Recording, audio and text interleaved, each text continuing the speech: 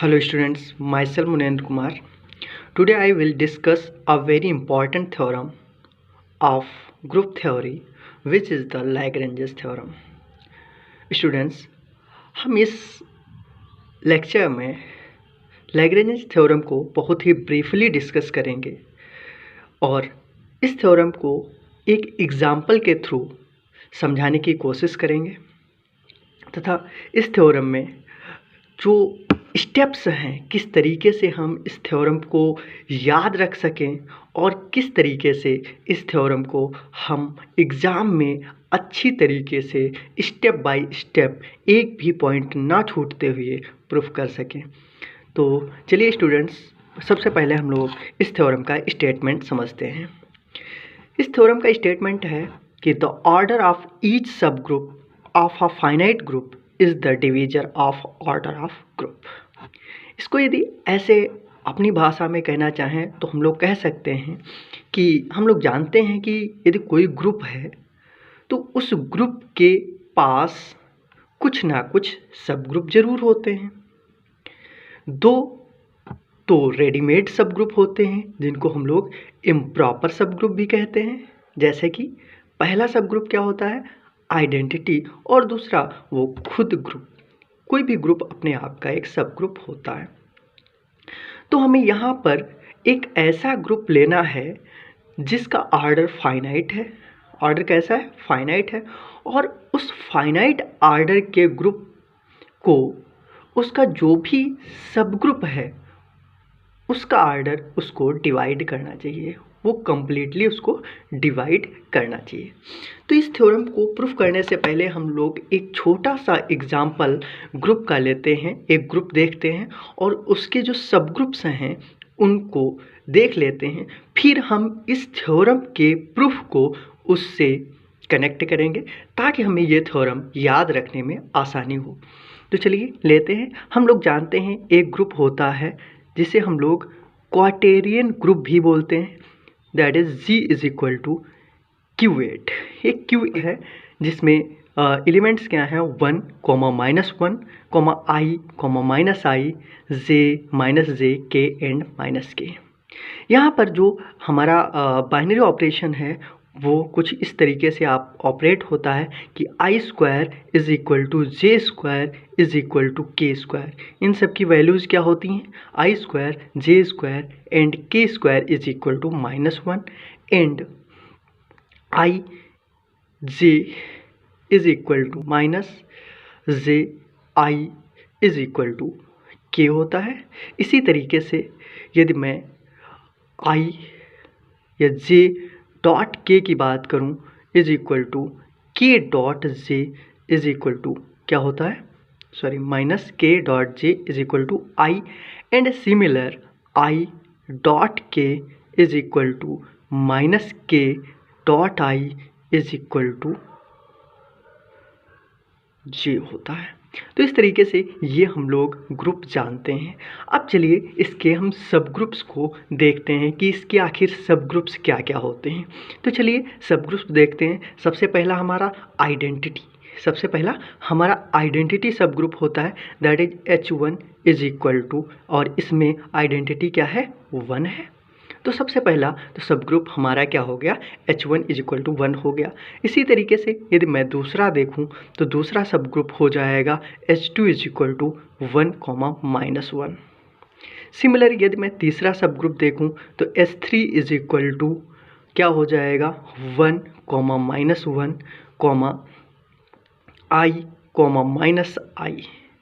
Similar यदि मैं H4 की बात करूं, मीन्स फोर्थ सब ग्रुप की बात करूं, तो ये हो जाएगा 1, -1, J, -J। इसी तरीके से यदि मैं H5 की बात करूं, यानी फिफ्थ सब ग्रुप की बात करूं, तो ये क्या हो जाएगा, विच इज़ 1, -1, K, -K।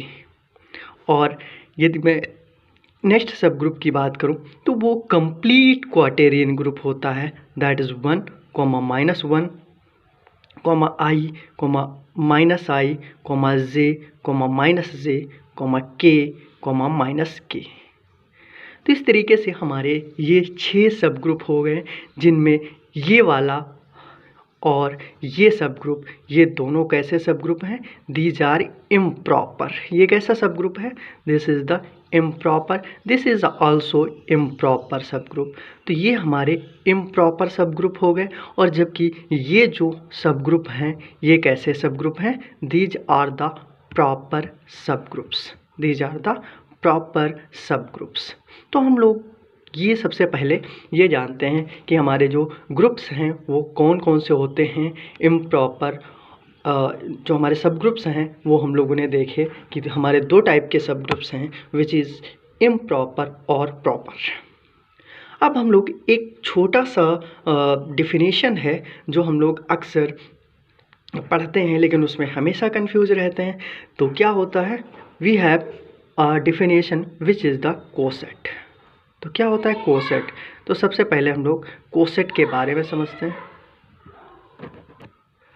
तो हम लोग जानते हैं कि एक ऐसा सेट जो, यदि मैं कोई भी यहाँ पर कोई भी सबसेट ले लूँ और उसको ग्रुप के किसी एलिमेंट से मल्टीप्लाई करूँ तो मुझे एक सेट मिलता है, एक सेट मिलता है, that is called the coset. हमें ज़्यादा डीप नहीं जाने की ज़रूरत है, हम ये जानेंगे कि कोसेट्स कैसे बनते हैं और होते क्या क्या हैं, क्योंकि इनका यूज इस थ्योरम में होना है। हम जानते हैं कि there are two types of cosets, एक होता है लेफ़्ट कोसेट और दूसरा होता है राइट कोसेट। तो लेफ़्ट अब होता कैसे बनाएंगे? तो सपोज करिए यहाँ से कोई भी एलिमेंट उठा लीजिए, कोई भी सेट उठा लीजिए, कोई भी सेट उठा लीजिए। सपोज करो मैंने एक सेट उठा लिया एच समथिंग, कोई भी सेट ले लीजिए which is 1 -1 i and -i। तो सपोज करिए ये मेरे पास एक सेट है। अब क्या करिए, ये सेट किसका है? ये किसका सबसेट है? This is the subset of, H is the subset of किसका है? जी का। तो एच इज़ सबसेट ऑफ जी। और एक एलिमेंट कोई उठा लीजिए, कहीं से भी उठा लीजिए, ग्रुप से उठा लीजिए।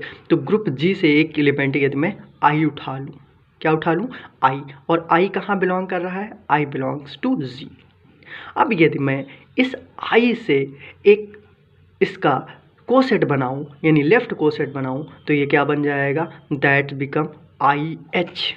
क्या करेंगे?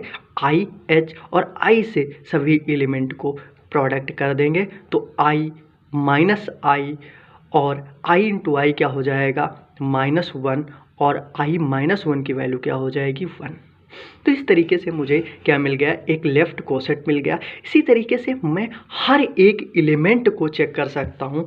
यदि मैं हर एक एलिमेंट को चेक करने की कोशिश करूँ तो मुझे क्या मिलेगा? यदि मैं यदि मैं -i से करूं तो -i-h करने पर भी मुझे क्या एलिमेंट मिलेंगे? i -i और -1 ही मिलेगा। इसी तरीके से यदि मैं 1 से करूं तो 1h इज इक्वल टू भी मुझे क्या मिल जाएगा? 1 -1 i और -i वैल्यू मिलेगी। सिमिलर यदि मैं -1h की बात करूं तब भी मुझे 1 -1 i और -i ही मिलेगा। तो यहाँ पर हम लोगों ने देखा कि यदि मैंने i से मल्टीप्लाई किया, i से लेफ़्ट कोसेट बनाया, -i से बनाया, 1 से बनाया और -1 से बनाया, तो मुझे सेम लेफ़्ट कोसेट्स मिल रहे हैं, सेम कोसेट्स मिल रहे हैं। इसी तरीके से यदि मैं और एलिमेंट उठाऊँ, एज लाइक मैं j उठा लूँ, तो यदि j उठाऊँ तो j ऑफ h की वैल्यू क्या हो जाएगी? j से हम लोग अब मल्टीप्लाई करेंगे h को, तो ये हो जाएगा this becomes j, -j, j into i. मैंने कहा था ना कि j इंटू आई या i इंटू j, तो ये क्या हो जाएगा? -k हो जाएगा। So this becomes -k and this becomes k। So JH is equal to this. इसी तरीके से यदि मैं -j से करूँगा, यदि मैं -j ऑफ h करूँ तब भी मुझे क्या मिलेगा? j -k और k मिलेगा। इसी तरीके से यदि मैं k से करूं, यानी KH निकालूं, तो KH की जो वैल्यू होगी वो भी सेम मिलेगी, that is j -k, k मिलेगी।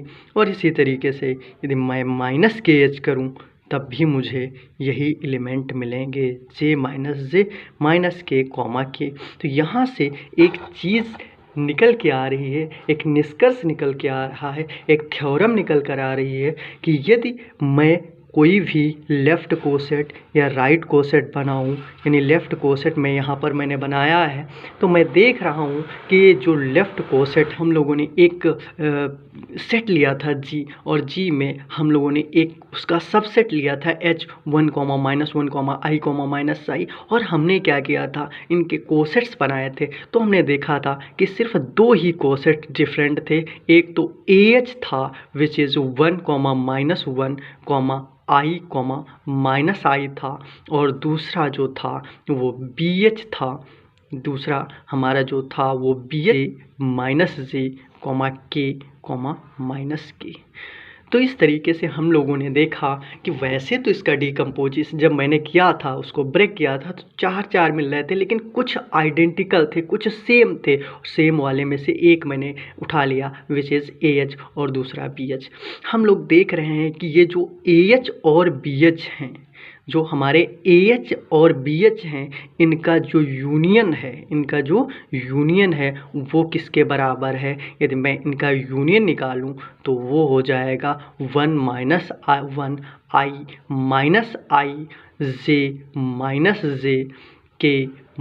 -J के बराबर हो जाएगा।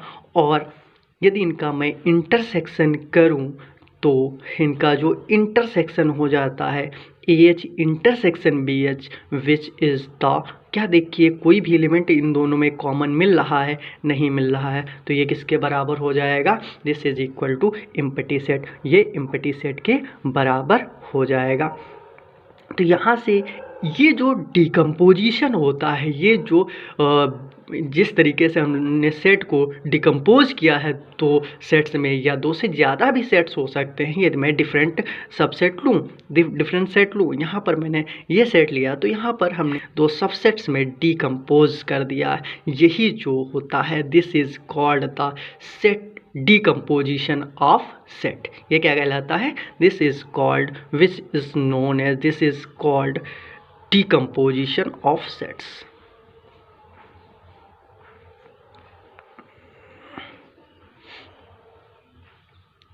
तो हम लोगों ने डिकम्पोजिशन समझ लिया कि आखिर डिकम्पोजिशन ऑफ सेट्स होता क्या है। यहाँ से जितनी मैंने अभी तक चीज़ें पढ़ी, हमने देखी, उनमें कुछ चीज़ें, कुछ कंक्लूजन निकल कर आ रहे हैं, उनको भी नोट कर लेते हैं। यहाँ पर मैंने देखा कि जो ये सेट H है, इसके यदि डिफरेंट एलिमेंट हैं H में, here we see that H has different या distinct element, H has distinct element. यदि H के पास डिस्टिंक्ट एलिमेंट हैं तो देन एवरी कोसेट्स, अब यदि मैं कोसेट्स की बात करूं AH और BH, तो ये भी डिस्टिंक्ट होंगे। Then AH and BH has also distinct elements. तो हम लोगों ने देखा कि यदि मेरे H में डिस्टिंक्ट एलिमेंट हैं तो AH और BH में भी डिस्टिंक्ट एलिमेंट्स होंगे। एक तो ये चीज़ हो गई। इस तरीके से हम लोगों ने देखा कि ये जो हमारा मिशन है ये कंप्लीट हो गया। अब चलिए देखते हैं, तो जब भी कभी हमारा इस तरीके से कंडीशन आएगी, हम लोग डिकम्पोज करेंगे किसी सेट को किन्हीं कोसेट्स में, लेफ़्ट या राइट कोसेट में, तो जी जो है वो हमारा किसके बराबर हो गया, AH।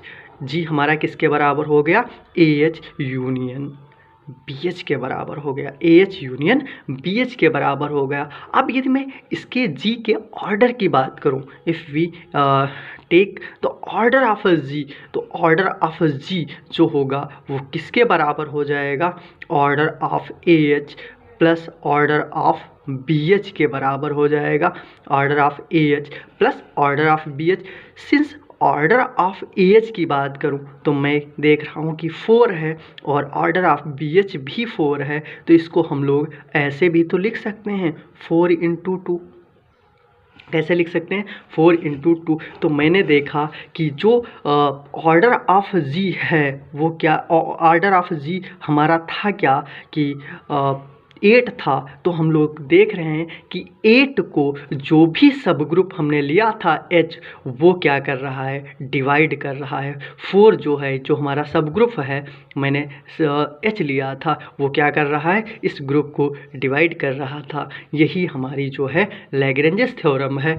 अब इस चीज़ को हम लोग थ्योरेटिकल फॉर्म में प्रूफ करेंगे। ये तो एक एप्लीकेशन पॉइंट ऑफ व्यू था जिसमें हम लोग एक एग्जाम्पल के थ्रू समझ रहे थे कि लैग्रेंजेस थ्योरम को किस तरीके से सॉल्व किया जाए या लैग्रेंजेस थ्योरम को किस तरीके से प्रूफ किया जाए। स्टूडेंट्स, अब हम लोग इस थ्योरम का प्रूफ करते हैं। तो सबसे पहले हम लोग एक ग्रुप के बारे में बात करेंगे कि इसका ग्रुप का जनरली ऑर्डर क्या है, सब ग्रुप का ऑर्डर क्या है। तो कंसीडर H बी अ सब ग्रुप ऑफ अ जी। हम लोग सबसे पहले क्या कंसीडर करेंगे कि जो H है वो G का सब ग्रुप है। ठीक है, तो जिस तरीके से हमारा यहाँ पर जो G था, Q8 था, जिसका सब ग्रुप हम लोगों ने H कंसीडर किया था, समथिंग H हम लोगों ने कंसीडर किया है, कुछ भी 1 -1 I - I कंसीडर किया है। तो सिमिलर यहाँ पर भी हम लोगों ने एक H सब ग्रुप कंसीडर किया है G का, सच दैट, और इसका जो G का ऑर्डर है, G का जो ऑर्डर है वो हम लोगों ने क्या कंसीडर किया, M कंसीडर किया, क्योंकि हम लोग थ्योरम प्रूफ कर रहे हैं तो जनरली हम लेंगे, कोई पर्टिकुलर केस नहीं लेंगे। So order of H is equal to M, comma order of G is equal to N। यहाँ पर n की वैल्यू क्या थी, जैसे कि यहाँ पर n की वैल्यू 8 थी और m की वैल्यू क्या थी, 4 थी। तो सिमिलर हम लोग order of H is equal to M consider करेंगे और order of G is equal to N consider करेंगे, दैट इज। और यहाँ पर ये तो आप जानते हो कि ये जो m की वैल्यू है ये n से हमेशा या तो लेस होगी या इक्वल होगी, तो m is always less than or equal to n हो जाएगा, दैट इज। यहाँ पर हम लोग यदि H को कुछ ऐसे कंसीडर कर लें, H is equal to H1 H2 H3 so on HM, element कितने हैं, M हैं, तो हम लोग H is equal to H1 H2 so on HM consider करेंगे, जैसे कि यहाँ पर 1 - 1 और I - I था। अब हम लोग इसका एक लेफ्ट कोसेट बनाएंगे, जैसे कि हम लोगों ने यहाँ पर बनाया है। देखिए IH है, यहाँ IH क्या है, लेफ्ट कोसेट है I -1 और 1। तो यहाँ पर भी हम लोग एक लेफ्ट कोसेट बनाएंगे इसका, which is AH is equal to क्या हो जाएगा, AH1, AH2, AH3, so on AHM। तो हम लोगों ने इस तरीके से इसका एक लेफ्ट कोसेट बना लिया है।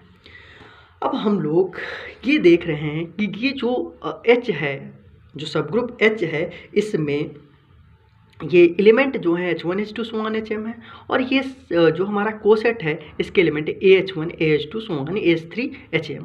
तो यहाँ पर जो A है ये कहाँ का एलिमेंट है, ये कहीं किसी यही ग्रुप का एलिमेंट होगा। जैसे यहाँ पर हम लोगों ने A की जगह पर लिया था I, क्या कंसिडर किया था, I कंसिडर किया था। तो वैसे यहाँ पर भी A जो एलिमेंट है ये कहाँ का है, A बिलोंग्स टू G। तब हम लोग कहेंगे AH is equal to this be the left coset of H, be left coset of H in G। तो ये हमारा जो है लेफ्ट कोसेट हो गया G का।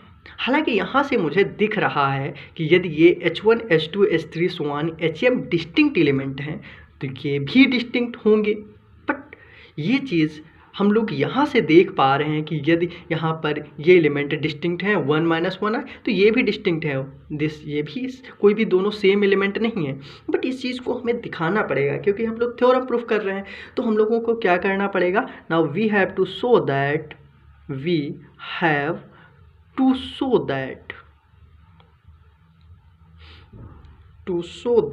The element of AH will be distinct या आर डिस्टिंक्ट, ठीक है। और डिस्टिंक्ट कैसे होंगे, डिस्टिंक्ट होना चाहिए, नहीं डिस्टिंक्ट दिखाना पड़ेगा। तो इसके लिए हम लोग कन्वर्सली सपोज करेंगे। फॉर दिस सपोज कन्वर्सली का मतलब है कोई भी दो एलिमेंट उठाएंगे और कहेंगे कि ये इक्वल है, लेकर चलेंगे और बाद में दिखाएंगे कि जो एजम्पशन है हमारा वो रॉन्ग है। दैट इज़ हम लोग क्या कंसीडर करेंगे, यहाँ से कोई भी जनरल एलिमेंट उठा लिए तो उनको बता दिए कि ये जो है हमारे इक्वल हैं। As like A H I is equal to A H J, जहाँ पर I is not equal to J. तो यहाँ पर हम लोगों ने क्या किया, दो एलिमेंट उठा लिया और कह दिए कि ये इक्वल हैं। अब by the left cancellation law, हम जानते हैं लेफ्ट कैंसिलेशन लॉ से क्या होता है, ए कैंसिल आउट हो जाएगा, लेकिन ये चीज़ लिखना ज़रूरी है। By left cancellation law.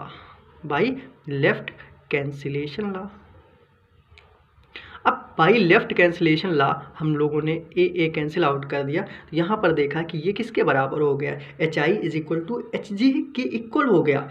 और जबकि हम लोग कह रहे हैं कि यहाँ के एलिमेंट सारे डिस्टिंक्ट हैं, सारे डिफरेंट हैं, तो इक्वल कैसे हो गए। अब यदि ये इक्वल हो गए यानी ये तो गलत है, ये तो सही नहीं है, यानी विच इज़ नॉट ट्रू, ये हमारा सही नहीं है। Hence A H contains m distinct elements। तो ये चीज़ बहुत इम्पॉर्टेंट है कि हम लोगों ने देखा कि ये जो इसमें के कंटेन नहीं कर रहा है, मतलब ये ट्रू नहीं है, इसलिए ये जो है m डिस्टिंक्ट एलिमेंट कंटेन करेगा। इसका मतलब जो भी ऑर्डर h का है, अब यहाँ पर हम देख रहे हैं कि जो ऑर्डर h का ये कोई भी एलिमेंट सेम नहीं है, तो ऑर्डर तो दोनों का सेम होगा। So order of h is equal to order of AH। हम लोग AH ले रहे हैं यानी लेफ्ट कोसेट ले रहे हैं, तो AH लिखेंगे इज इक्वल टू m। तो हम लोगों ने देखा कि order of h is equal to order of AH हो गया, which is equal to m। तो ये यहाँ पर हम लोगों ने ये पॉइंट जो दिखाया कि इसके जो एलिमेंट हैं वो सारे डिस्टिंक्ट हैं। इसको हम लोग दूसरी तरीके से भी दिखा सकते हैं कि एक कोई भी फंक्शन कंसीडर कर लें h। अब यहाँ पर हम लोग बात करते हैं कि g जो है हमारा कैसा है, फाइनाइट है। g कैसा है, फाइनाइट है। तो हम लोगों ने देखा कि जो लेफ़्ट कोसेट्स हैं, लेफ़्ट कोसेट जी के हैं, वो भी कैसे होंगे, फाइनाइट होंगे। अब देखो यहाँ पर ये भी तो फाइनाइट हैं, AH और BH हमें कैसे मिल रहे हैं, दीज आर फाइनाइट्स। तो हम लोग देख रहे हैं कि ये जो लेफ़्ट कोसेट्स हैं ये भी कैसे हो गए, फाइनाइट हैं। तो we also know that any two right cosets of H will be either distinct or identical। तो यहाँ पर हम लोगों ने देखा कि या तो ये कैसे हैं, डिस्टिंक्ट हैं या आइडेंटिकल, कि इसके जो लेफ्ट कोसेट्स हैं या ये देखो या तो आइडेंटिकल हैं एक जैसे या डिसजॉइंट हैं, तो ये हो सकता है। तो इस थोड़ी सी थ्योरी हम लोग इसमें लिखते हैं। Since G is finite, G कैसा है, फाइनाइट है। Since G is finite, so number of distinct left cosets of H in G will be finite। तो यहाँ पर एक चीज़ तो इसको कंसीडर कर लिया कि कितने होंगे, p हैं। तो जैसे यहाँ पर हम लोगों ने लेफ्ट कोसेट्स बनाए, तो हम लोग देख रहे हैं कि यहाँ पर अभी 8 बन रहे हैं। कितने कोसेट्स बन रहे हैं, 8 बन रहे हैं।